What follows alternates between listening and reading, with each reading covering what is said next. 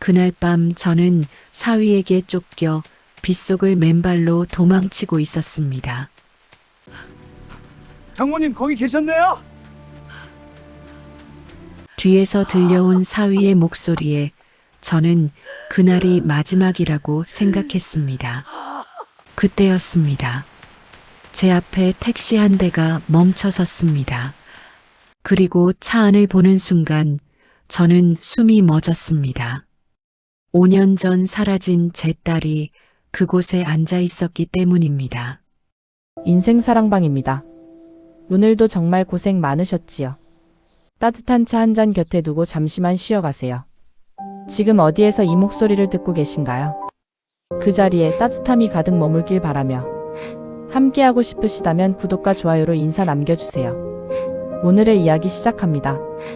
그날 밤 저는 사위에게 쫓겨 빗속을 맨발로 도망치고 있었습니다. 그리고 이 이야기는 5년 전으로 거슬러 올라갑니다.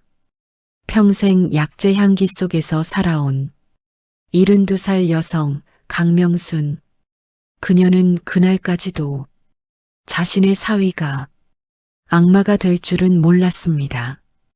빗소리와 함께 무겁게 닫히는 철문 소리, 차디찬 콘크리트 바닥의 감촉이 먼저였습니다. 뺨에 닿는 냉기가 얼음장처럼 파고들었고 코끝에는 곰팡이와 녹슨 쇠 냄새가 가득했습니다. 강명순, 72살.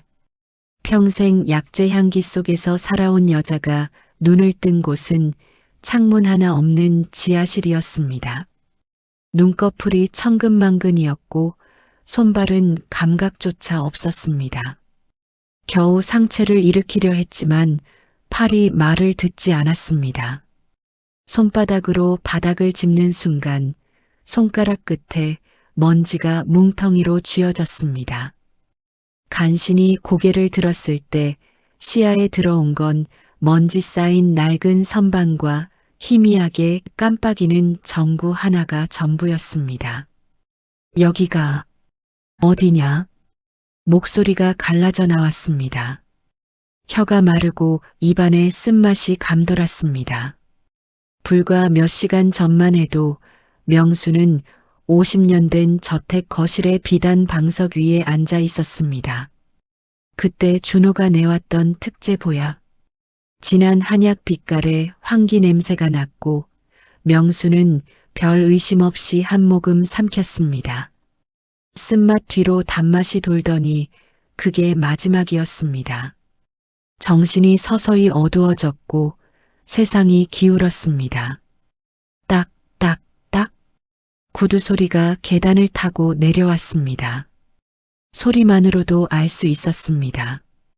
박준호, 명순이 딸 설아와 결혼시킨 사위였습니다. 결혼 후 한 번도 언성을 높인 적 없이 부드럽고 자상했던 사람.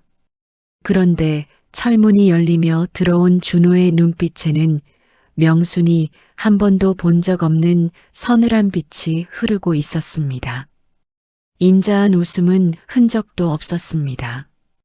장모님, 이제 깨어나셨습니까? 이제 그만 내려놓으실 때도 됐잖아요. 준호가 천천히 가까이 다가와 명순의 앞에 쪼그려 앉았습니다. 명수는 본능적으로 몸을 뒤로 물렸지만 콘크리트 벽에 등이 닿았습니다. 차가운 벽의 냉기가 등줄기를 타고 올라왔습니다. 외동딸 이설아 35살. 5년 전 생일날 저녁꽃을 사러 나갔다가 사고로 행방불명된 딸. 그 소식이 들린 날부터 준호는 세상에 둘도 없는 효자사위가 되었습니다. 매일 아침 죽을 끓였고 매일 저녁 밥을 주물러 주었습니다. 명순이 눈물을 보일 때마다 어머님, 설아가 보고 있습니다라고 다독였습니다. 그 모든 것이 연극이었습니다. 명순이 가진 수천억 대의 부지와 대대로 내려온 약선 비방설을 가로채기 위한 5년치의 연극이었습니다. 내 이놈, 준호야. 설아가 돌아오면 어쩌려고 이런 짓을. 명순의 목소리는 떨렸지만 눈빛만큼은 흔들리지 않았습니다. 준호는 그 눈빛을 보고 피식 웃었습니다. 설아요? 그 죽었는지 살았는지도 모르는 사람을 아직도 기다리세요? 장모님, 이제 이 지하실이 당신의 새로운 안방입니다. 비방서의 마지막 페이지를 내놓을 때까지는 여기서 한 발짝도 못 나가십니다. 철문이 닫혔습니다. 쿵! 그 소리가 지하실 전체를 울렸습니다.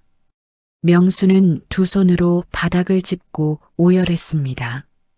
손가락에 힘이 풀려 먼지 바닥을 긁었습니다. 설아야, 설아야. 딸의 이름을 부를 때마다 목이 메었습니다.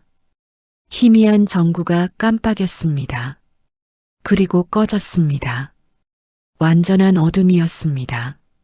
명순의 기억은 5년 전 그날로 거슬러 올라갔습니다. 봄이었습니다. 명순의 칠순 생일을 사흘 앞두고 온 집안이 들떠 있었습니다. 부엌에서는 닭 고아지는 냄새가 났고 마당에는 준호가 손수 심어 놓은 작약이 막 꽃망울을 터뜨리기 시작했습니다.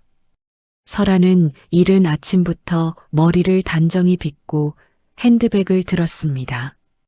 엄마, 나 엄마가 제일 좋아하는 모란꽃 사러 갔다 올게. 금방 올 거야. 설아의 목소리는 봄볕처럼 환했습니다. 명수는 그 얼굴을 보며 차 조심해라고 말했습니다. 항상 하던 말이었습니다. 설아는 알았어. 엄마도 좀 쉬어라며 웃고는 현관문을 나섰습니다. 꽃무늬 원피스 자락이 봄바람에 살짝 날렸습니다. 그게 마지막이었습니다. 명순이 살아서 본 딸의 마지막 모습은 환하게 웃으며 꽃을 사러 나가는 뒷모습이었습니다. 잔치 시간이 지나도 설아는 오지 않았습니다. 준호가 몇 번이고 전화를 걸었지만 연결이 되지 않았습니다.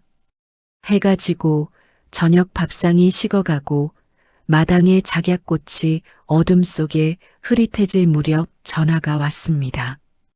경찰이었습니다. 설아가 탄 차가 빗길에 가드레일을 들이받고 강으로 추락했다고 했습니다. 시신은 발견되지 않았습니다. 차체만 인양되었습니다. 명수는 그 말을 듣는 순간 가슴이 쿵 내려앉는 소리를 들었습니다. 그리고 아무것도 기억나지 않았습니다. 쓰러진 것도 병원으로 실려간 것도 눈을 떴을 때는 하얀 병실 천장이 보였습니다. 그날부터 준호가 명순의 손발이 되었습니다. 어머님, 드셔야 기운을 차리죠. 설아가 살아 돌아왔을 때 어머님이 이러시면 어떡합니까? 준호의 말은 늘 설아를 앞세웠습니다. 명순이 약선 요리 연구를 그만두려 할 때도 눈물로 밤을 지새울 때도 준호는 설아가 어머님 음식을 그리워할 것이라며 다독였습니다. 명수는 그 말이 위로가 되었습니다. 준호만 믿었습니다. 그러나 그 믿음은 철저히 이용당하고 있었습니다. 준호는 뒤에서 내연녀 유라와 함께 명순의 통장 명의를 하나씩 바꾸고 인감을 도용하고 부지 서류에 명순의 이름을 갖다 썼습니다. 명순이 마시는 보약에는 수면제와 진정제가 조금씩 섞이기 시작했습니다. 처음에는 잠이 부쩍 많아졌습니다. 그 다음에는 어제 한 말이 기억나지 않았습니다. 며칠 전에 누가 다녀갔는지도 가물가물했습니다. 어머님, 요즘 많이 깜빡하시잖아요. 병원에서 처방받은 약이에요. 드셔야 해요. 그 말을 들으며 명수는 순순히 약을 받아 삼켰습니다. 믿었으니까요. 지하실에 갇히고 나서야 그 모든 것이 자신을 치매 환자로 만들기 위한 독이었다는 걸 알았습니다. 5년 동안 속았습니다. 며칠이 지났는지 알 수 없었습니다. 창문이 없으니 낮과 밤을 구분할 수도 없었습니다. 전구가 켜지면 하루가 시작되고 꺼지면 하루가 끝났습니다. 명순에게는 그것이 시간의 전부였습니다. 하루에 2번 철문이 열렸습니다. 유라가 들어왔습니다. 준호의 비서라는 그 여자는 매번 쟁반을 들고 왔습니다. 미음 한 그릇과 흰 알약 2개. 언제나 똑같았습니다. 어르신, 드셔야 해요. 안 드시면 더 힘드세요. 유라의 목소리는 부드러웠지만 눈빛은 달랐습니다. 명수는 처음 며칠은 약을 뱉어냈습니다. 하지만 굶주림이 사흘을 넘어가자 손이 떨려 미음 그릇을 들 수조차 없었습니다. 약을 먹지 않으면 미음도 주지 않았습니다. 결국 명수는 손바닥에 올려진 흰 알약을 삼켰습니다. 삼키는 순간 입안에 퍼지는 씁쓸한 맛. 그리고 얼마 지나지 않아 머릿속이 안개처럼 흐려지기 시작했습니다. 유라가 가져다 준 것은 3가지였습니다. 기억을 흐리게 만드는 수면제, 불안을 가라앉히는 진정제, 그리고 장기 복용 시 인지 능력을 손상시키는 치매약. 3가지를 조합해 매일 먹이면 사람은 서서히 자기 자신을 잃어갑니다. 처음엔 어제 일이 기억나지 않습니다. 그 다음엔 자기 이름도 헷갈립니다. 마지막엔 아무것도 판단할 수 없게 됩니다. 준호가 노린 건 바로 그 상태였습니다. 명순이 스스로 판단할 수 없게 된 순간 지장을 찍게 할 생각이었습니다. 그렇게 명순의 재산은 하나씩 넘어갔습니다. 수백억 대 부지의 등기 이전 서류, 금융 자산 위임장. 명순은 그것들이 무엇인지도 모른 채 손가락에 인주를 묻혀 눌렀습니다. 약에 절어 흐릿해진 눈으로 사위의 손에 이끌려. 하지만 명순의 내면 어딘가에는 아직 꺼지지 않은 불씨가 남아 있었습니다. 약을 삼키는 척하다 혀 밑에 숨겨두는 날이 조금씩 늘어났습니다. 아주 조금씩 정신이 돌아오는 시간이 생겨나기 시작했습니다. 박준호가 이 모든 짓을 벌인 것은 단 하나를 위해서였습니다. 바로 명순의 약선 비방서였습니다.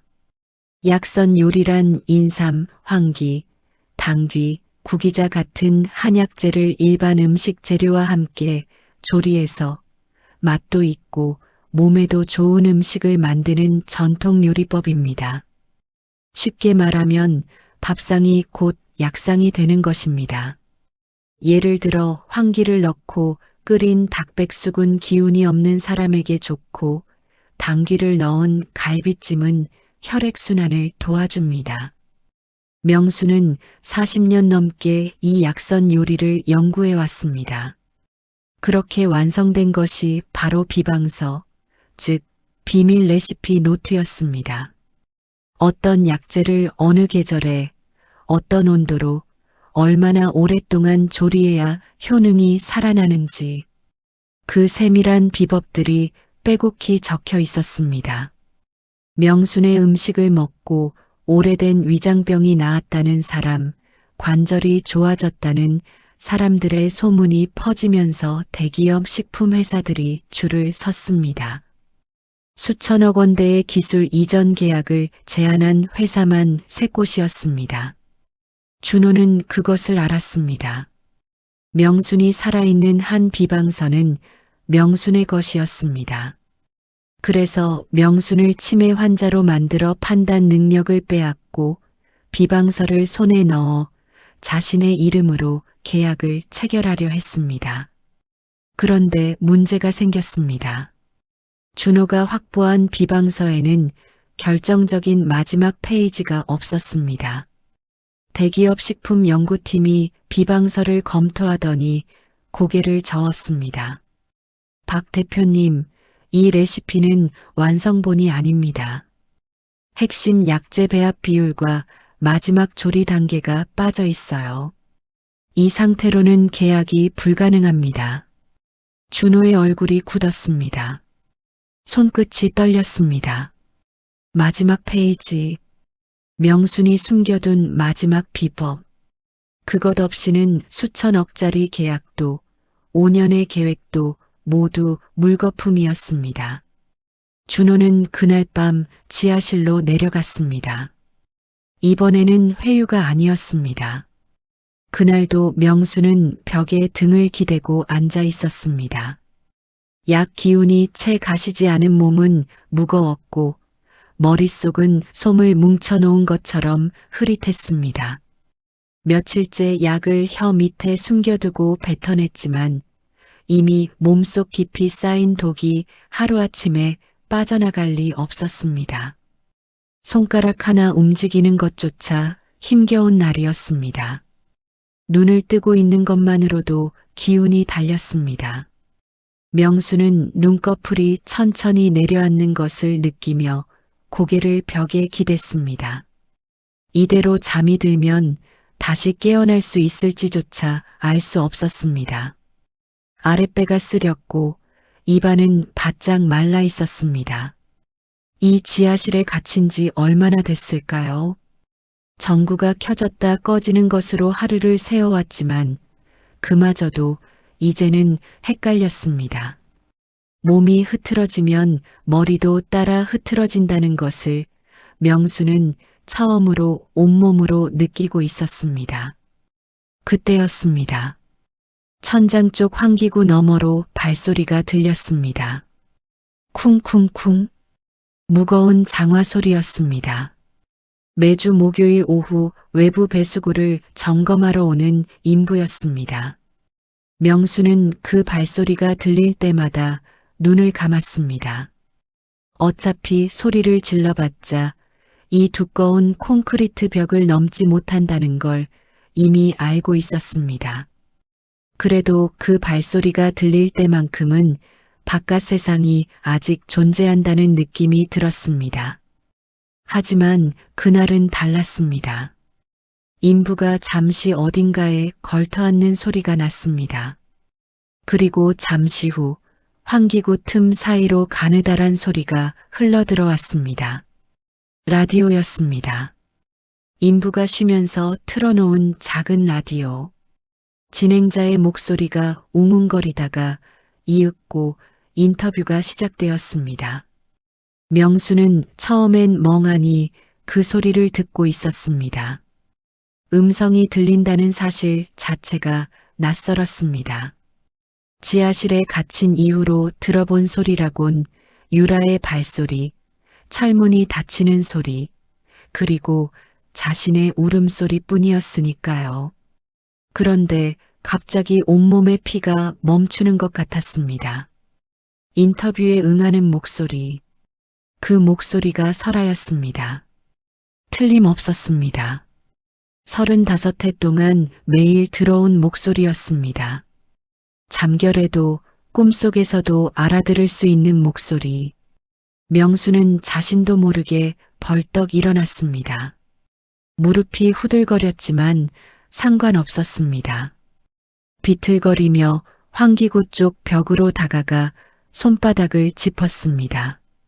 차가운 콘크리트의 감촉이 손바닥을 파고들었습니다. 설아야, 설아야. 목소리가 갈라졌습니다. 손이 떨렸습니다. 온몸이 떨렸습니다. 라디오 소리는 계속 흘렀습니다. 진행자가 말했습니다.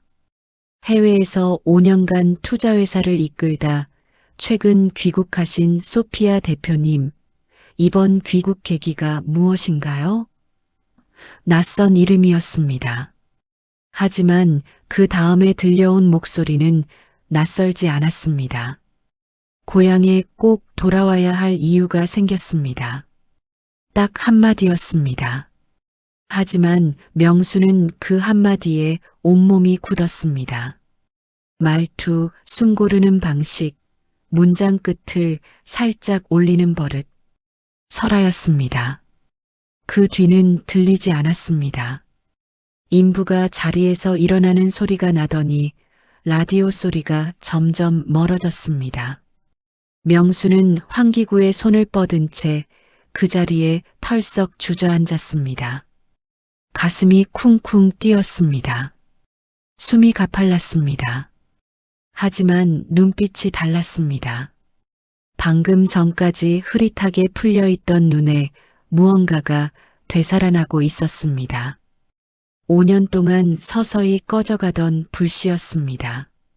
소피야, 설아, 네가 살아있는 거냐? 살아있는 거지? 떨리는 입술 사이로 혼잣말이 새어나왔습니다. 명수는 천천히 주먹을 쥐었습니다. 손가락 마디가 하얗게 변할 때까지 꽉 쥐었습니다. 죽으면 안 됐습니다. 여기서 이대로 무너지면 안 됐습니다. 설아가 살아있다면 엄마도 살아야 했습니다. 딸이 살아서 돌아왔는데 엄마가 이 지하실에서 썩어가고 있을 수는 없었습니다. 명수는 벽을 짚고 천천히 일어섰습니다. 무릎이 덜덜 떨렸습니다. 그래도 쓰러지지 않았습니다. 오늘은 쓰러지지 않았습니다. 명수는 지하실을 처음으로 제대로 둘러보았습니다. 갇힌 뒤로 줄곧 벽만 보고 앉아 있었는데 이날 처음으로 눈을 들어 선반을 찬찬히 살폈습니다. 먼지가 켜켜이 쌓인 낡은 나무 선반이었습니다. 라벨이 발에 글씨를 알아보기 힘든 유리병들이 줄지어 꽂혀 있었습니다. 아무도 오랫동안 손을 대지 않은 흔적이었습니다. 명수는 비틀거리며 선반 앞으로 다가갔습니다. 손을 뻗어 병 하나를 집었습니다. 뚜껑을 열어 코에 가져다 댔습니다. 그 순간 눈이 번쩍 떠졌습니다. 환기잖아. 여기 환기가 있네. 손이 빨라졌습니다. 병을 하나씩 열어 냄새를 맡았습니다. 당귀, 구기자, 오미자, 말린 대추, 산수유. 누군가 이 지하실을 오래전 약재 창고로 썼던 모양이었습니다. 40년 넘게 약재를 만져온 손이 기억하고 있었습니다. 눈이 흐릿해도 몸이 무너질 것 같아도 이 손만큼은 속이지 않았습니다. 환기는 기운을 끌어올리고 당귀는 피를 돌리고 오미자는 정신을 맑게 해 구기자는 눈을 밝히고 대추는 마음을 안정시켜 혼잣말로 중얼거리며 약재들을 조심스럽게 바닥에 내려놓았습니다. 평생 약재를 다뤄온 명순이었습니다. 몸에 어떤 약재가 필요한지, 어떻게 조합해야 효과가 있는지 눈을 감고도 알 수 있었습니다. 이 지하실이 오히려 명순에게는 작은 약국이었던 셈이었습니다. 물은 하루 한 번 작은 페트병 하나로 들어왔습니다. 명수는 그 물을 아꼈습니다. 조금은 마시고 조금은 약재를 우리는 데 썼습니다. 약재를 손으로 잘게 부수어 물에 담갔습니다. 페트병 뚜껑을 그릇 삼아 조금씩 우려냈습니다. 몇 시간을 기다렸다가 조금씩 마셨습니다. 처음엔 쓴맛만 났습니다. 이틀째 되던 날 당귀 향이 코끝에 퍼졌습니다. 사흘째 되던 날 손떨림이 눈에 띄게 줄었습니다. 나흘째 머릿속을 가득 채우던 안개가 서서히 걷히기 시작했습니다.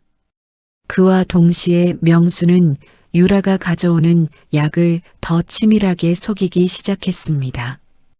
유라가 들어올 때마다 명수는 힘없이 누워 있었습니다. 눈도 제대로 뜨지 못하는 척했습니다. 어르신, 약 드셔야죠. 유라가 알약을 명순의 손바닥에 올려놓으며 말했습니다. 응, 줘봐. 명수는 떨리는 손으로 알약을 받았습니다.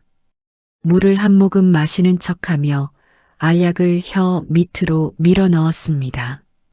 유라는 명순이 삼키는 것을 확인하고 돌아섰습니다. 그 순간 명수는 혀 밑에 감춰둔 알약 2개를 손바닥에 조용히 뱉어냈습니다. 그리고 손가락으로 빻아 바닥 틈새에 문질러 버렸습니다. 흔적도 남기지 않았습니다. 유라가 밖으로 나가며 철문을 잠그는 소리가 들렸습니다. 쿵! 명수는 그 소리를 들으며 눈을 떴습니다. 천장의 전구가 희미하게 깜빡였습니다. 이젠 그 빛이 두렵지 않았습니다. 일주일이 지났습니다. 명수는 벽에 기대지 않고도 설 수 있게 되었습니다. 열흘이 지났습니다. 지하실을 한 바퀴 천천히 돌 수 있게 되었습니다. 보름이 지났습니다. 명수는 매일 밤 전구가 꺼지면 어둠 속에서 혼자 걸음을 연습했습니다. 1걸음, 2걸음, 3걸음. 넘어져도 소리를 내지 않았습니다. 이를 악물고 다시 일어났습니다. 아무도 모르게 혼자서 다시 살아나고 있었습니다. 그리고 매번 같은 말을 중얼거렸습니다. 설아야, 엄마 간다. 기다려라. 그날 밤 위층이 유난히 시끄러웠습니다. 준호의 구두 소리, 유라의 웃음소리, 그리고 낮지만 날카로운 대화 소리가 계단을 타고 내려왔습니다. 명수는 철문에 귀를 바짝 붙였습니다. 심장이 쿵쿵 울렸지만 숨을 죽였습니다. 손바닥이 차가운 철문에 닿았습니다. 녹슨 쇠 냄새가 코끝을 찔렀습니다. 아직 제대로 회복되지 않은 몸이었지만 귀만큼은 어느 때보다 또렷했습니다. 오빠, 이제 슬슬 옮겨야 하지 않아? 여기가 언제까지 안전하겠어. 인부들도 드나들고 혹시라도 누가 눈치채면 어떡해요. 유라의 목소리였습니다. 귀에 익은 목소리였습니다. 평소엔 명순 앞에서 부드럽게 굴다가도 준호 앞에서만큼은 달라지는 목소리였습니다. 조용히 해. 다 생각이 있어. 다음 주 금요일이야. 강원도 요양원. 거기 원장이 우리 쪽 사람이야. 알아서 처리해 줄 거야.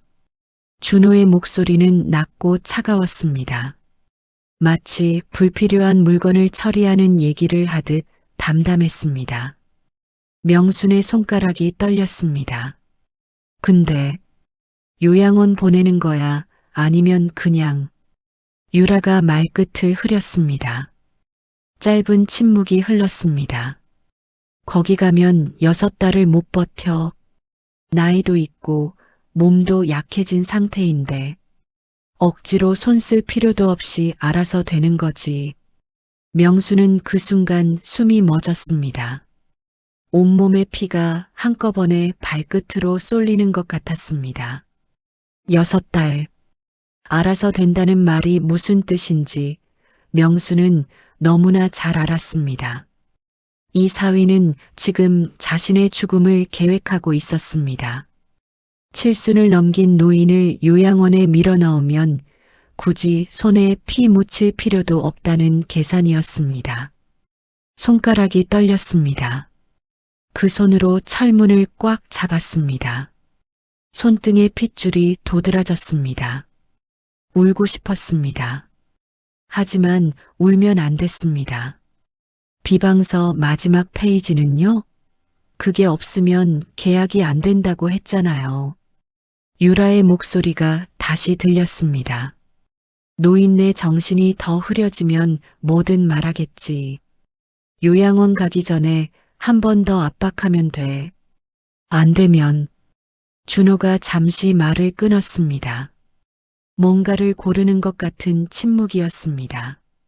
설아가 살아있다고 하면 돼. 딸 보고 싶으면 사인해야죠. 이러면 그 손이 알아서 움직이더라고. 늙은이들은 다 그래. 자식 이름 석자 앞에는 장사가 없거든. 유라가 킥킥 웃었습니다.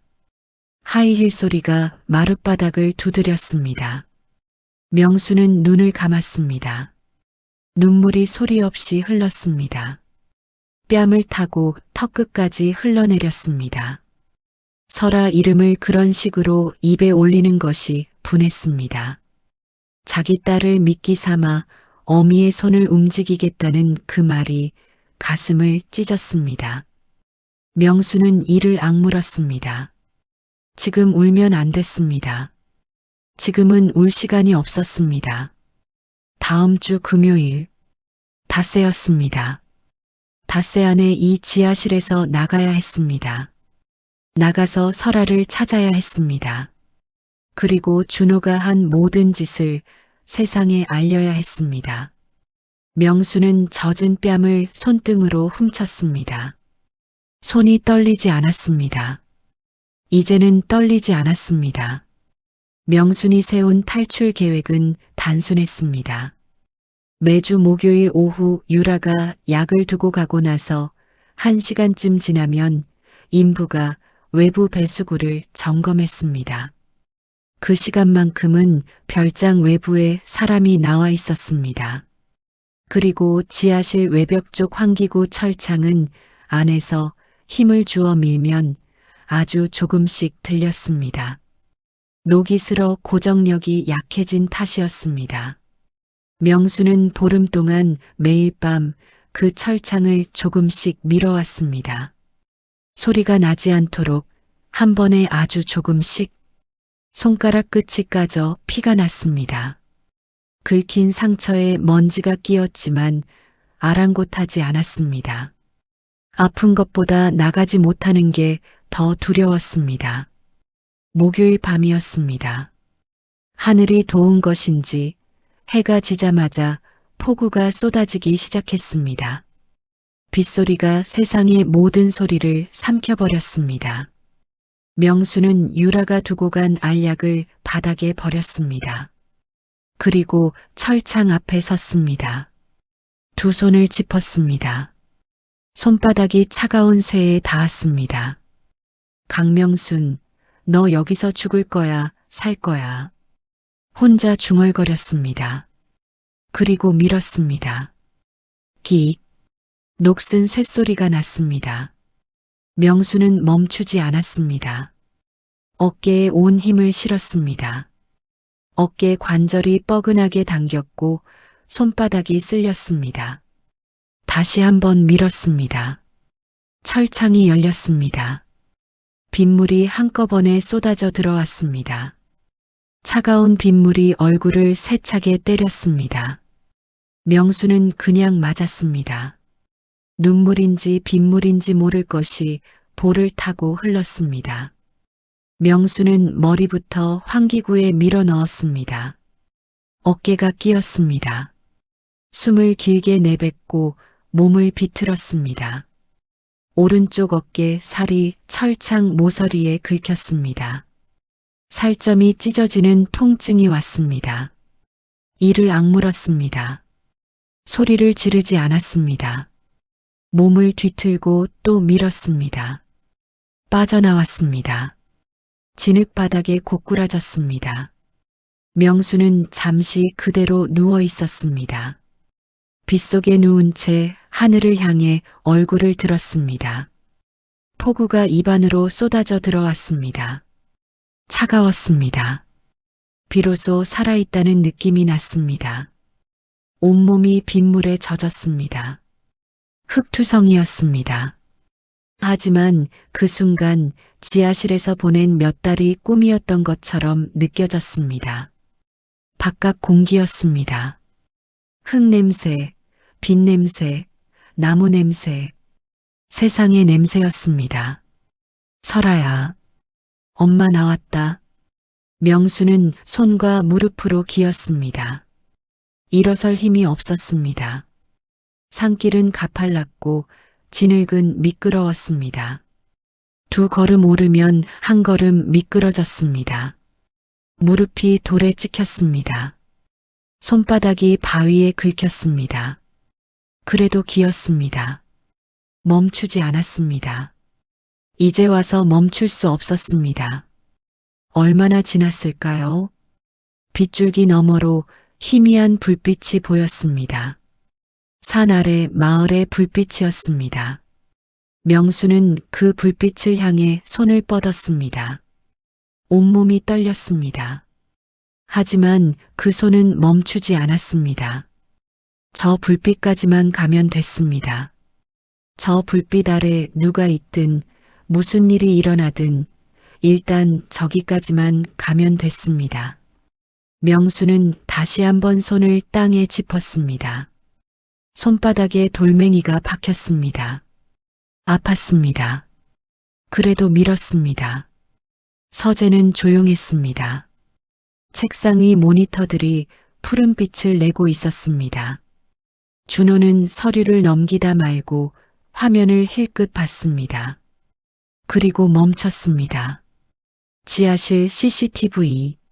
문이 열려 있었습니다. 준호의 눈이 좁아졌습니다. 뭐야? 화면을 확대했습니다. 지하실 안은 비어 있었습니다. 의자가 넘어져 있었고 쇠사슬이 풀려 있었습니다. 준호의 얼굴이 굳었습니다. 설마. 그는 자리에서 벌떡 일어났습니다. 서랍을 열어 열쇠를 꺼냈습니다. 그리고 지하실로 뛰어내려갔습니다. 철문이 열렸습니다. 안에는 아무도 없었습니다. 준호의 얼굴이 서서히 일그러졌습니다. 이 늙은 개. 바닥을 봤습니다. 진흙 묻은 발자국이 이어져 있었습니다. 밖으로. 준호는 이를 악물었습니다. 어딜 가? 그는 바로 차 키를 집었습니다. 밖은 폭우였습니다. 대문을 박차고 뛰어나갔습니다. 멀리 산길 쪽에서 작은 그림자가 비틀거리며 달리고 있었습니다. 명순이었습니다. 준호의 입가가 비틀어졌습니다. 장모님. 그는 차에 올라탔습니다. 헤드라이트가 켜졌습니다. 폭우 속에서 차가 튀어나갔습니다. 추격이 시작됐습니다. 폭우는 그칠 줄 몰랐습니다. 명수는 산길을 벗어나 아스팔트 도로 위에 쓰러지다시피 나왔습니다. 무릎은 진흙투성이었고 손바닥은 찢어져 피가 배어 있었습니다. 흰 머리카락이 빗물에 젖어 얼굴에 달라붙었습니다. 일어서려 했지만 다리가 말을 듣지 않았습니다. 눈앞이 흐릿했습니다. 뼛속까지 한기가 파고들었습니다. 지하실에서 몇 달을 버텼던 몸이었지만 탈출하며 마지막 힘까지 쏟아낸 탓에 이제는 손가락 하나 움직이기도 힘들었습니다. 눈을 뜨고 있는 것만으로도 온 힘을 다해야 했습니다. 얼마나 버텼을까요? 몸 안의 열기가 빗물에 씻겨나가는 것 같았습니다. 이대로 여기서 끝나는 건가? 그 생각이 스칠 때였습니다. 폭우는 점점 거세지고 있었습니다. 명수는 숨이 넘어갈 것처럼 달렸습니다. 뒤에서 자동차 불빛이 번쩍였습니다. 헤드라이트였습니다. 명수는 뒤를 돌아봤습니다. 준호의 차였습니다. 엔진 소리가 거칠게 울렸습니다. 차 문이 열렸습니다. 준호가 내렸습니다. 비를 맞으며 천천히 걸어왔습니다. 도망치던 명수는 더 이상 움직일 수 없었습니다. 다리가 풀렸습니다. 그 자리에서 주저앉았습니다. 준호의 구두가 무릉덩이를 밟으며 다가왔습니다. 그리고 멈췄습니다. 준호가 웃었습니다. 아주 천천히 말했습니다. 장모님. 숨을 고르며 고개를 기울였습니다. 여기 계셨네요? 명순의 얼굴이 창백해졌습니다. 준호는 주변을 천천히 둘러봤습니다. 이 비에 어디까지 가시려고? 그때였습니다. 멀리서 헤드라이트가 하나 다가왔습니다. 택시였습니다. 명순의 눈이 번쩍 뜨였습니다. 마지막 힘을 쥐어짜 일어났습니다. 그리고 도로 쪽으로 뛰었습니다. 준호가 외쳤습니다. 장모님. 택시가 급히 멈췄습니다. 명수는 문을 열고 올라탔습니다. 차가 출발했습니다. 준호가 빗속에서 서 있었습니다. 차가 멀어졌습니다. 준호의 눈빛이 서서히 식었습니다. 그리고 중얼거렸습니다. 도망치셔도 소용없습니다. 명순이 탄 택시 기사는 50대 중반으로 보이는 남자였습니다. 그때 어르신, 저 박재민입니다. 기억하세요? 3년 전에 어르신이 저 살려주셨잖아요. 교통사고 나서 병원비도 없고 쩔쩔맬 때 어르신이 선뜻 도와주셨잖아요. 명수는 흐릿한 눈으로 그 얼굴을 바라봤습니다. 박재민, 3년 전 교통사고로 병원비가 없어 쩔쩔매던 택시기사. 명순이 선뜻 병원비를 내주고 퇴원할 때까지 밥을 챙겨줬던 사람이었습니다. 좋은 일하면 반드시 돌아온다고 명수는 늘 믿어왔습니다. 그 믿음이 오늘 밤 이 도로 위에서 증명되고 있었습니다. 재민 씨, 명순의 목소리가 갈라졌습니다. 제가 모실게요. 일단 따뜻한 데 가야 해요. 뒷자리에 이미 누군가 타고 있었습니다. 어르신, 제가 오늘 공항에서 손님 한 분 모시고 오는 길이었는데 명수는 비틀거리며 뒷자리를 들여다봤습니다. 그 순간 명순의 몸이 굳었습니다. 명수는 처음엔 그 얼굴을 알아보지 못했습니다. 하지만 그 여자가 고개를 들었을 때 명순의 심장이 멎는 것 같았습니다. 뒷자리에 앉아있던 여자가 명순을 봤습니다. 여자도 굳었습니다. 두 사람은 빗속에서 서로를 바라봤습니다. 1초, 2초, 3초, 빗소리만 들렸습니다. 엄마. 여자의 입술이 떨렸습니다. 명수는 그 목소리를 듣는 순간 무릎이 꺾였습니다. 재민이 황급히 받쳐 안았습니다. 명순의 입에서 소리가 나왔습니다. 울음도 아니고 말도 아닌 5년 동안 삼켜온 것들이 한꺼번에 터져 나오는 소리였습니다. 설아야. 눈시울이 붉어졌습니다. 이런 우연이 세상에 있다는 걸 재민은 그날 처음으로 믿었습니다. 택시는 재민이 아는 외딴 민박집으로 향했습니다. 명순의 상처를 응급 처치하고 따뜻한 물로 몸을 녹이고 나서야 두 사람은 마주 앉을 수 있었습니다. 설아가 두 손으로 명순의 손을 꼭 쥐었습니다. 손이 따뜻했습니다. 명수는 그 온기를 느끼며 눈을 오래 감았다가 떴습니다. 5년이었습니다. 5년 만에 느끼는 딸의 손이었습니다. 딸이 살아있다는 것이 실감이 나지 않았습니다. 이게 약 때문에 생긴 환상이 아닐까 하는 생각마저 들었습니다. 하지만 이 손의 감촉은 틀림없이 설아의 것이었습니다. 엄마, 나 살아있어. 미안해. 너무 늦었지. 설아의 눈에서 눈물이 흘렀습니다. 명수는 말을 잇지 못했습니다. 고개만 저었습니다. 늦지 않았다고. 살아있으면 됐다고. 말 대신 딸의 손을 더 꽉 쥐었습니다. 설아가 천천히 말을 시작했습니다. 그날 명순의 칠순 생일 전날 저녁이었습니다. 설아는 꽃을 사고 집으로 돌아오던 길에 교차로를 지나고 있었습니다. 빗길에 미끄러진 차가 설아의 차를 옆에서 들이받았습니다. 설아의 차는 그대로 가드레일을 들이받고 강으로 떨어졌습니다. 설아는 가까스로 차창을 깨고 강물 위로 올라왔습니다.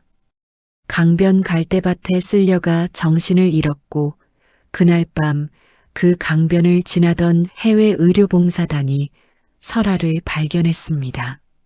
신원을 확인할 수 없는 상태였고 의료봉사단은 설아를 해외 병원으로 후송했습니다.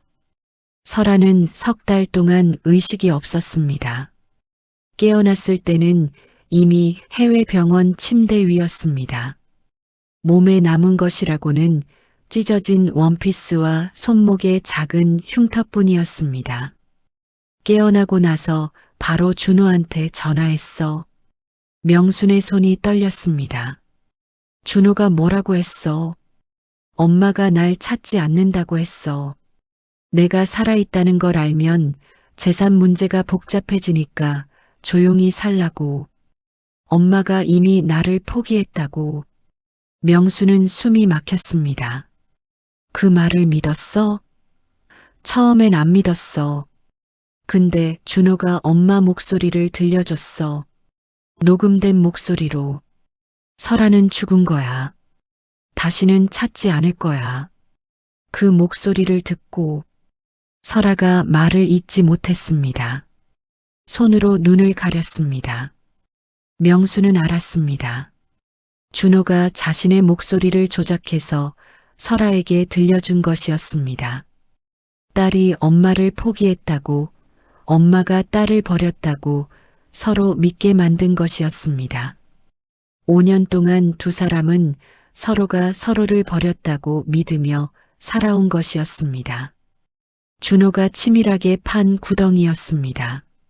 설아야. 명순이 딸의 손을 두 손으로 감쌌습니다. 엄마는 단 하루도 포기한 적 없었다. 단 하루도. 매일 내 이름을 불렀어. 지하실에서도. 설아가 엄마의 가슴에 얼굴을 묻었습니다. 어깨가 들썩였습니다. 피눈물이었습니다. 5년치의 피눈물이었습니다. 재미는 문 밖에 서서 두 사람이 실컷 울 때까지 조용히 기다렸습니다. 사흘이 지났습니다. 명순의 몸은 조금씩 돌아오고 있었습니다. 찢어진 손바닥에 딱지가 앉았고 무릎의 멍도 가라앉기 시작했습니다. 설아가 직접 끓여준 미음을 먹으며 명수는 천천히 기운을 찾았습니다. 설아의 미음에는 황기와 대추가 들어 있었습니다. 명순이 평생 설아에게 가르쳐준 약선 요리였습니다. 명수는 그 맛을 느끼며 아무 말도 하지 않았습니다. 설아도 아무 말하지 않았습니다. 그 침묵이 위로였습니다. 사흘째 저녁 설아가 가방에서 두툼한 서류 봉투를 꺼냈습니다. 엄마, 나 그냥 손 놓고 있었던 게 아니야. 설아의 목소리는 차분했습니다. 5년 동안 해외에서 혼자 투자회사를 이끌며 살아남은 사람의 눈빛이었습니다. 그 눈빛 뒤에는 분노가 있었습니다. 조용하고 단단한 분노였습니다. 준호가 엄마 명의로 부지 등기를 이전한 서류, 내가 다 갖고 있어. 금융거래 내역도, 엄마 인감을 도용한 증거도, 유라 명의로 개설한 차명, 계좌 내역도. 명순이 눈을 크게 떴습니다. 이걸 어떻게 구했어? 5년 동안 해외에서 조용히 사람을 통해 하나씩 모았어. 설아는 서류를 하나씩 펼쳤습니다. 준호가 명순 몰래 세운 유령법인 서류. 그 법인으로 빼돌린 부지 매각 대금 내역. 명순을 치매 환자로 만들기 위해 처방받은 약품 구매 기록. 준호와 유라가 주고받은 메시지 내용. 하나하나가 준호의 목을 조이는 증거들이었습니다. 명수는 그 서류들을 천천히 넘겨봤습니다. 손이 떨리지 않았습니다. 오히려 눈빛이 또렷해졌습니다. 지금까지 확인된 것만 40억이야. 부지 등기까지 완전히 넘어가면 500억은 더 돼. 명수는 잠시 말이 없었습니다. 창밖을 봤습니다. 지하실에서 약을 혀 밑에 숨기며 버텼던 날들이 떠올랐습니다. 서서히 정신을 잃어가면서도 이를 악물고 버텼던 밤들이 떠올랐습니다. 그 모든 것을 이 서류 한 장 한 장이 증명하고 있었습니다. 허투루 버텨낸 시간이 아니었습니다. 설아야, 준호가 지금 비방서 마지막 페이지를 못 찾아서 안달이 나 있을 거야. 알아. 그게 없으면 대기업 계약이 안 된다는 것도. 마지막 페이지는 내가 갖고 있어. 비방서가 완성되려면 내 손이 필요해. 준호가 그걸 알고 있어. 설아가 명순의 눈빛을 읽었습니다. 그 눈빛 속에 무언가 자라고 있었습니다. 설아는 그것이 무엇인지 알 것 같았습니다. 두렵기도 했습니다. 하지만 막을 수 없다는 것도 알았습니다. 민박집 창가에 나란히 앉은 두 사람은 한참 동안 말이 없었습니다. 재민이 끓여준 보리차가 식어가고 있었습니다. 창밖으로 해가 지고 있었습니다. 붉게 물든 노을이 창문을 가득 채웠습니다. 먼저 입을 연 것은 명순이었습니다. 설아야, 내가 다시 들어갈게. 설아가 찻잔을 내려놓으며 굳었습니다. 무슨 말이야, 엄마. 지하실 말이야. 다시 들어가겠다는 거야. 설아가 자리에서 일어났습니다. 안 돼. 절대 안 돼. 엄마가 거기서 얼마나 힘들었는지 내가 알잖아. 증거 다 있어. 경찰에 넘기면 돼. 그게 맞는 거야. 명수는 고개를 저었습니다. 목소리는 낮았지만 흔들리지 않았습니다. 설아야, 경찰에 넘기면 준호는 잡혀. 근데 뺏긴 재산을 다 돌려받을 수 있을까? 법이라는 게 시간이 걸려. 재판 나오고 항소하고 그 사이에 준호는 숨길 건 다 숨겨. 그놈 손에서 500억을 완전히 빼앗으려면 그냥 신고만으로는 안 돼. 설아가 입술을 깨물었습니다. 그러니까 다시 들어가겠다고. 내가 다시 들어가서 비방서 마지막 페이지를 미끼로 쓰는 거야. 준호 스스로 자기 입으로 다 털어놓게 만들어. 자백을 받아내야 해. 증거랑 자백 두 개가 다 있어야 그놈이 빠져나갈 구멍이 없어. 엄마. 설아의 눈에 눈물이 고였습니다. 명수는 딸의 눈을 바라봤습니다. 설아야, 가장 완벽한 복수가 뭔지 알아? 설아가 대답하지 못했습니다. 그놈이 가진 걸 다 뺏는 거야.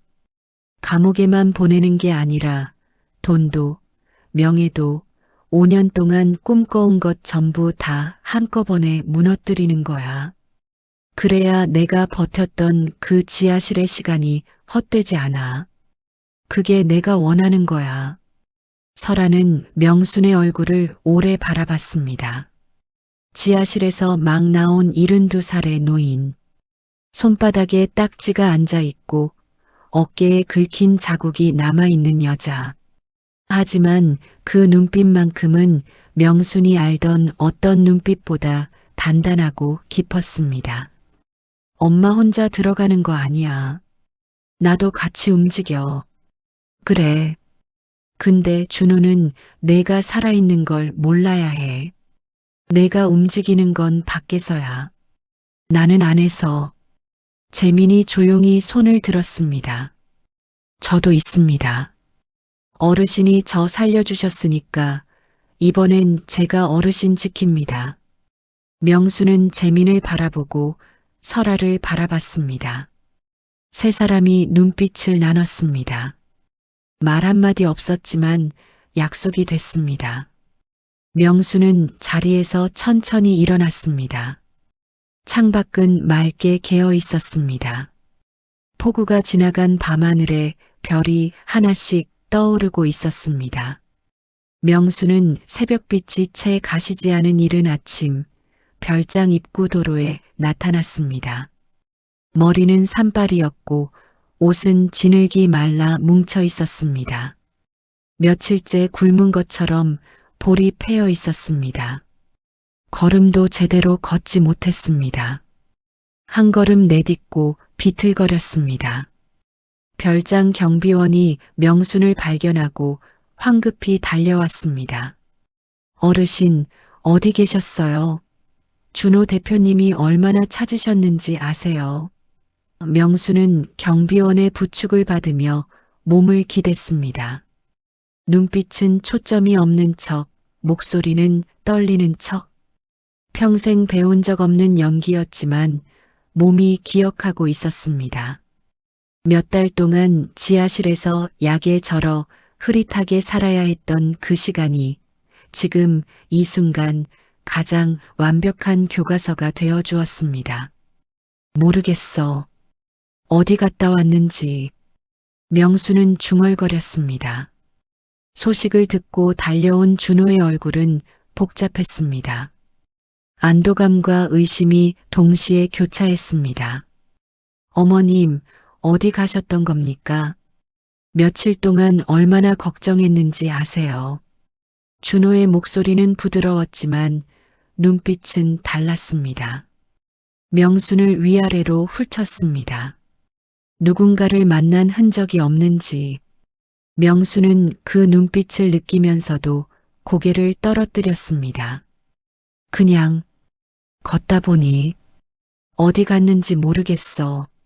준호가 유라에게 눈짓을 했습니다. 두 사람이 잠시 몇 발짝 떨어진 곳에서 낮은 목소리로 얘기를 나눴습니다. 명수는 들리는 척하지 않으면서 들었습니다. 그냥 돌아온 거 맞죠? 어디 가서 누굴 만났을 리가 없잖아요. 그 상태에서 그래도 확인은 해봐야지. 준호가 명순에게 돌아왔습니다. 어머님, 비방서 마지막 페이지 기억하시죠? 중요한 계약이 다가오고 있어서요. 마지막 비번만 알려주시면 다 끝나는 겁니다. 명수는 눈을 깜빡였습니다. 흐릿한 표정으로 비방서, 그게 뭐였더라? 준호의 눈빛이 흔들렸습니다. 아직 약 기운이 남아있다고 판단한 것 같았습니다. 안도한 것 같기도 했습니다. 준호가 유라에게 다시 눈짓을 했습니다. 어머님, 일단 쉬셔야 할 것 같아요. 아래층이 조용하고 편하시잖아요. 아래층? 지하실이었습니다. 명수는 속으로 숨을 들이켰습니다. 예상한 수순이었습니다. 준호는 명순이 헤매다 돌아왔다고 믿었습니다. 명순이 탈출했다가 스스로 돌아왔다는 것도, 딸이 살아있다는 것도, 자신이 함정에 걸어 들어가고 있다는 것도 전혀 몰랐습니다. 명수는 유라의 손에 이끌려 지하실로 내려가며 속으로 중얼거렸습니다. 들어간다. 이번엔 내가 원해서 들어가는 거다. 그로부터 사흘 뒤 준호의 사무실로 한 통의 이메일이 왔습니다. 발신인은 소피아 인베스트먼트 해외 투자회사였습니다. 이메일에는 짧은 문장이 적혀 있었습니다. 박준호 대표님의 약선 비방서 사업에 관심이 있습니다. 직접 뵙고 싶습니다. 준호는 그 이메일을 3번 읽었습니다. 소피아 인베스트먼트, 처음 듣는 이름이었습니다. 하지만 회사 규모를 검색하는 순간 준호의 손이 멈췄습니다. 운용 자산 규모 수조 원. 아시아 전역의 포트폴리오를 보유한 중견 투자회사였습니다. 준호는 유라에게 전화를 걸었습니다. 큰 거 물었어. 미팅 잡아. 미팅 날 준호의 사무실로 들어선 여자는 35쯤으로 보이는 단정한 정장 차림의 여성이었습니다. 검은 뿔테 안경을 쓰고 있었습니다. 소피아 인베스트먼트 대표 소피아입니다. 잘 부탁드립니다. 여자는 명함을 내밀었습니다. 목소리도 말투도 헤어스타일도 낯선 사람이었습니다. 설아라는 생각은 전혀 들지 않았습니다. 5년이라는 시간은 사람을 알아볼 수 없을 만큼 바꿔놓기도 합니다. 그 사실을 준호는 미처 생각하지 못했습니다. 소피아 대표는 자리에 앉으며 곧바로 본론을 꺼냈습니다. 박 대표님, 저희가 관심 있는 건 약선 비방서 자체가 아닙니다. 브랜드입니다. 요리 장인이 직접 등장하는 런칭쇼를 열고 거기서 비방서 기반의 첫 번째 음식을 공개하는 겁니다. 동시에 투자 계약을 진행하면 어떨까요? 준호가 눈을 가늘게 뜨며 물었습니다. 런칭쇼요? 그냥 계약 체결로 끝내는 건 어떻습니까? 소피아가 고개를 저었습니다. 그렇게 하면 브랜드 가치가 절반으로 줄어요. 장인이 직접 대중 앞에 서야 합니다. 강명순 선생님이 직접 나오셔야 해요. 그게 있어야 수천억이 정당해집니다. 준호의 손가락이 테이블을 두드렸습니다. 잠시 생각하는 표정이었습니다. 이 여자가 원하는 게 뭔지 계산하는 눈빛이었습니다. 준호는 천천히 웃었습니다. 장모님은 제가 모십니다. 제가 세상에서 가장 존경하는 분이거든요. 소피아는 그 말을 들으며 고개를 끄덕였습니다. 안경 너머 눈빛은 흔들리지 않았습니다. 그 눈빛이 무엇을 담고 있는지 준호는 끝내 알아채지 못했습니다. 지하실은 전과 달랐습니다. 명순이 돌아온 것을 확인한 준호는 이번엔 약을 줄였습니다. 비방서 마지막 페이지를 받아내려면 명순이 어느 정도 정신이 들어야 했기 때문이었습니다. 유라는 미음 대신 제대로 된 밥상을 들고 내려왔습니다. 쌀밥에 미역국, 두부조림. 지하실에서 처음 받아보는 밥상이었습니다. 어르신, 드셔야 기운이 나죠. 명수는 밥상을 내려다봤습니다. 그리고 선반을 봤습니다. 약재들이 그대로 있었습니다. 누구 하나 치우지 않았던 모양이었습니다. 준호는 그것들이 그냥 낡은 창고 물건이라고 생각했을 것이었습니다. 명순이 그것들로 스스로를 살려냈다는 걸 꿈에도 몰랐겠지요. 이튿날 준호가 직접 내려왔습니다. 어머님, 런칭쇼 준비를 시작해야 할 것 같습니다. 마지막 레시피만 완성되면 계약이 됩니다. 어머님 손으로 직접 요리를 한번 만들어 주시겠어요? 그 요리로 쇼를 열 겁니다. 명수는 천천히 고개를 들었습니다. 무슨 요리를 원하는 거냐? 준호가 자료를 내밀었습니다. 인삼 삼계탕 기반의 약선 요리였습니다. 대기업 식품회사가 제안한 메뉴였습니다. 명수는 자료를 훑어봤습니다. 그리고 고개를 끄덕였습니다. 해주마. 준호의 얼굴에 웃음이 번졌습니다. 명수는 그 웃음을 보며 속으로 생각했습니다. 웃어라. 마음껏 웃어라. 이 웃음이 마지막이다. 명수는 사흘에 걸쳐 요리를 만들었습니다. 황기와 인삼을 손질하고 당귀를 우려내고 구기자를 넣어 육수를 내렸습니다. 이동식 화구 앞에 선 명순의 손은 40년의 세월을 담아 움직였습니다. 코끝에 황기향이 났습니다. 당귀향이 났습니다. 냄새만으로도 알 수 있었습니다. 진짜 요리였습니다. 유라가 한 숟갈 맛보더니 눈을 크게 떴습니다. 어르신, 이게 진짜예요? 이 맛이요? 명수는 대답하지 않았습니다. 레시피도 써드렸습니다. 인삼의 양, 황기를 넣는 시점, 불의 세기, 조리 시간, 모든 것이 빠짐없이 적혀 있었습니다. 단 하나만 빼고 발효 과정이었습니다. 약재를 미리 발효시켜 독성을 제거하고 효능을 끌어올리는 마지막 단계. 그것이 없으면 이 요리는 맛은 있어도 진정한 약선 요리가 아니었습니다. 식품 연구팀이 아무리 분석해도 재현할 수 없는 단계였습니다. 명수는 레시피를 준호에게 건네며 아무 말도 하지 않았습니다. 준호는 레시피를 받아들고 활짝 웃었습니다. 어머님 고맙습니다. 명수는 그 말을 들으며 눈을 감았습니다. 계약 발표 전날 밤 준호는 사무실에 혼자 앉아 있었습니다. 테이블 위에 명순이 써준 레시피가 놓여 있었습니다. 대기업 식품 연구팀에 보냈더니 검토 결과가 왔습니다. 이번엔 달랐습니다. 이전에 빠져있던 핵심 내용이 보완된 것 같습니다.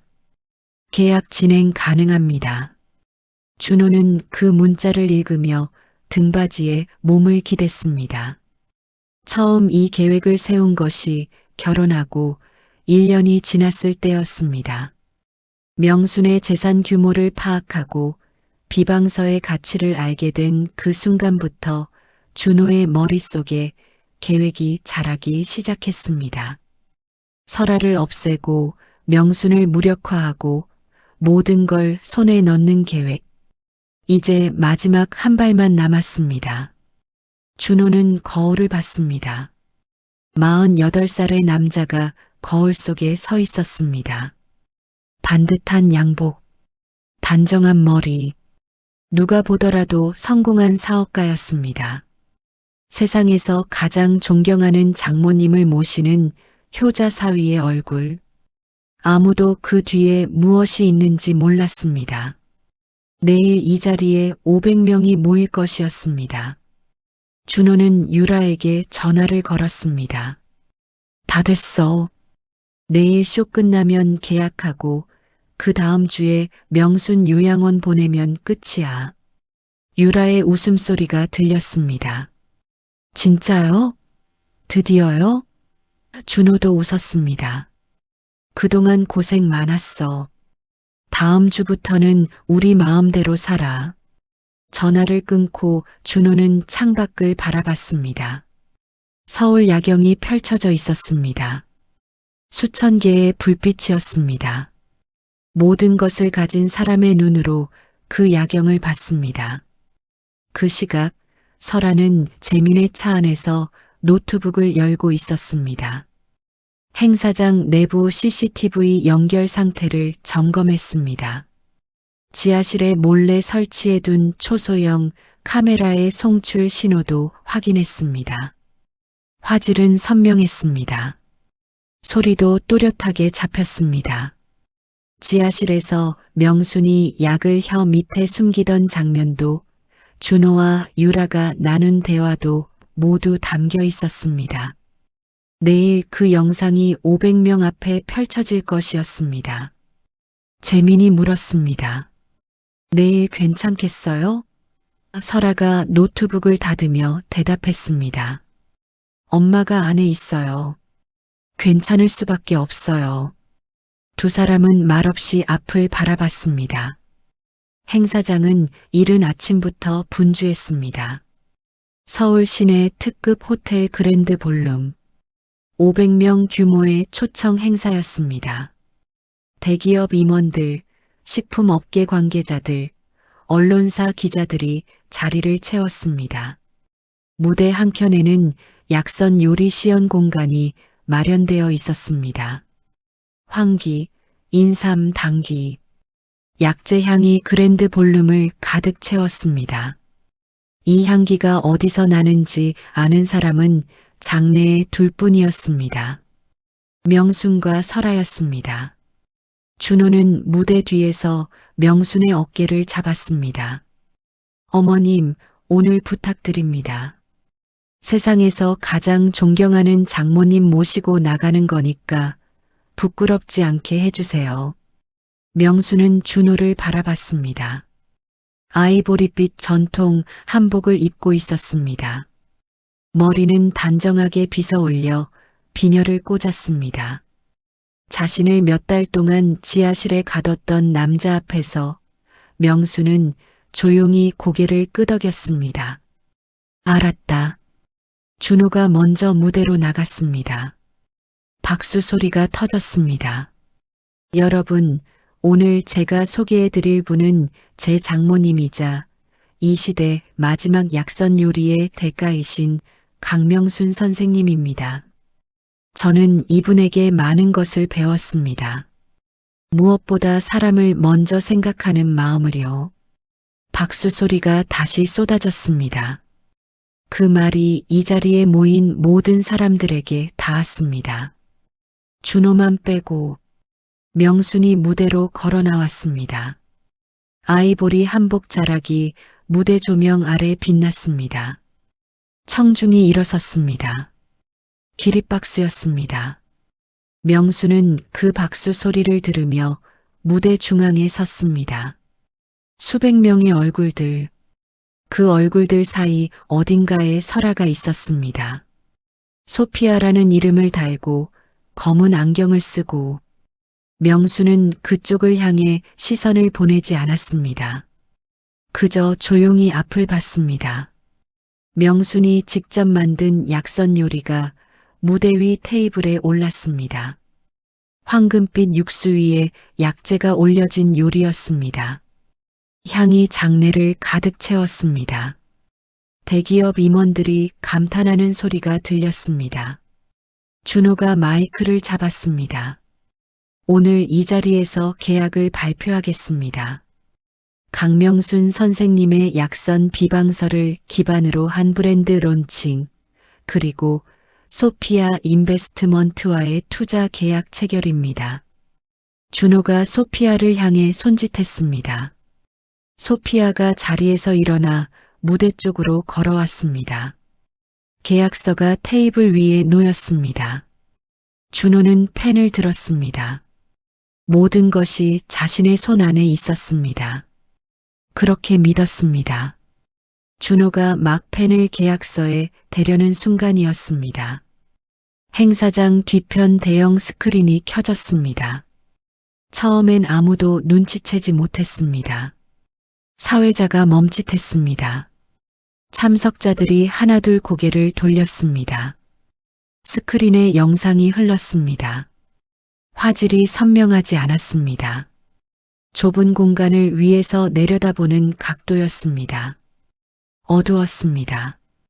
콘크리트 바닥, 낡은 선반, 그리고 한 여자, 70대의 여성이 바닥에 앉아 있었습니다. 지하실이었습니다. 장내가 술렁이기 시작했습니다. 영상 속에서 한 남자가 계단을 내려왔습니다. 남자는 여자의 손을 잡고 알약을 손바닥에 올려놓았습니다. 어머님, 약 드셔야죠. 그 목소리가 행사장 스피커를 통해 울렸습니다. 사람들이 무대 위를 봤습니다. 남자의 얼굴과 스크린의 얼굴을 번갈아 봤습니다. 준호였습니다. 장내가 굳었습니다. 준호의 손에서 펜이 떨어졌습니다. 영상은 계속 흘렀습니다. 명순이 약을 삼키는 장면, 그리고 다음 장면, 준호가 유라와 나란히 서서 이야기하는 장면이었습니다. 거기 가면 6달을 못 버텨. 알아서 되는 거지. 장내가 완전히 얼어붙었습니다. 누군가 자리에서 일어났습니다. 기자였습니다. 카메라 셔터 소리가 연속으로 터졌습니다. 한 기자가 마이크를 들고 소리쳤습니다. 저분이 무대 위 준호 씨 아닙니까? 또 다른 기자가 받아쳤습니다. 저 여성이 지하실에 갇혀 있던 거 맞죠? 장내가 술렁였습니다. 준호는 스크린을 바라봤습니다. 얼굴이 하얗게 질렸습니다. 소피아가 천천히 안경을 벗었습니다. 그리고 준호를 바라봤습니다. 준호의 눈이 커졌습니다. 그 눈빛, 그 눈매. 설아, 입술이 움직였지만 소리가 나오지 않았습니다. 소피아가 조용히 말했습니다. 오래 기다렸어요, 준호 씨. 엄마도 오래 기다렸어요. 그 순간 행사장 뒷문이 열렸습니다. 경찰이었습니다. 경찰이 무대 쪽으로 걸어왔습니다. 박준호 씨, 감금 및 살인미수 혐의로 체포합니다. 준호는 뒤로 한 발짝 물러났습니다. 눈이 빠르게 움직였습니다. 스크린, 설아, 명순, 경찰. 그 순서로 훑었습니다. 그리고 모든 것을 이해했습니다. 처음부터 판이 짜여 있었던 것이었습니다. 자신이 들어온 게 아니라 들어오도록 유인당한 것이었습니다. 이건 함정이야. 준호가 이를 갈며 말했습니다. 설아를 향해서였습니다. 설아는 대답하지 않았습니다. 유라가 손가방을 끌어안으며 출구 쪽으로 눈을 돌렸습니다. 하지만 출구에도 경찰이 서 있었습니다. 사방이 막혀 있었습니다. 유라가 소리를 질렀습니다. 왜요? 나는 시키는 거 한 것뿐이에요. 그 소리가 행사장 전체에 울렸습니다. 기자들의 카메라가 쉴 새 없이 터졌습니다. 경찰이 준호에게 혐의를 고지했습니다. 장모 감금, 살인미수, 재산 강취, 인감 도용, 사문서 위조. 하나씩 읽힐 때마다 장내에서 탄식 소리가 났습니다. 수십 년간 쌓아온 준호의 체면이, 이름이, 지위가 그 한마디 한마디에 무너져 내렸습니다. 준호의 얼굴은 이미 사색이었습니다. 수갑이 채워졌습니다. 딸깍, 쇠 맞닿는 소리가 났습니다. 준호는 수갑이 채워지는 순간 명순을 봤습니다. 명순은 무대 한쪽에 서서 준호를 바라보고 있었습니다. 아이보리 한복 차림 그대로, 흔들리지 않는 눈빛으로. 준호는 그 눈빛을 마주하는 순간 처음으로 두려움을 느꼈습니다. 이 여자가 처음부터 알고 있었다는 걸, 이 여자가 자신을 이 자리까지 끌어냈다는 걸. 경찰이 준호를 이끌고 행사장을 빠져나갔습니다. 사람들이 길을 비켰습니다. 아무도 말이 없었습니다. 준호가 문을 나서는 순간 재민이 행사장 한켠에서 조용히 고개를 숙였습니다. 수고하셨습니다, 어르신. 명수는 그 말을 들으며 긴 숨을 내쉬었습니다. 5년이었습니다. 5년 만에 쉬는 숨이었습니다. 봄이었습니다. 명수는 낮은 평상에 앉아 약재를 손질하고 있었습니다. 황기를 결대로 찍고 대추의 씨를 발라내고 당귀를 얇게 썰었습니다. 이 마당에서 약재를 손질하는 것이 얼마만인지 지하실의 냄새가 아직 손끝에 남아있는 것 같기도 했습니다. 하지만 지금 코끝에 닿는 건 봄바람과 흙냄새였습니다. 햇볕이 따뜻했습니다. 눈을 감으면 그 온기가 이마에서 뺨까지 내려왔습니다. 이런 봄볕을 온몸으로 느낀 것이 얼마만인가 싶었습니다. 부엌 쪽에서 설아가 나왔습니다. 앞치마를 두르고 있었습니다. 엄마, 육수 다 됐어. 이제 뭐 넣어? 명순이 고개를 들었습니다. 황기 먼저. 그 다음에 대추. 설아가 황기를 받아들었습니다. 부엌으로 들어가다가 멈췄습니다. 엄마, 발효 과정은 언제 알려줄 거야? 명순이 피식 웃었습니다. 오늘은 아니야. 설아가 웃으며 돌아섰습니다. 알았어. 기다릴게. 명수는 다시 손을 움직였습니다.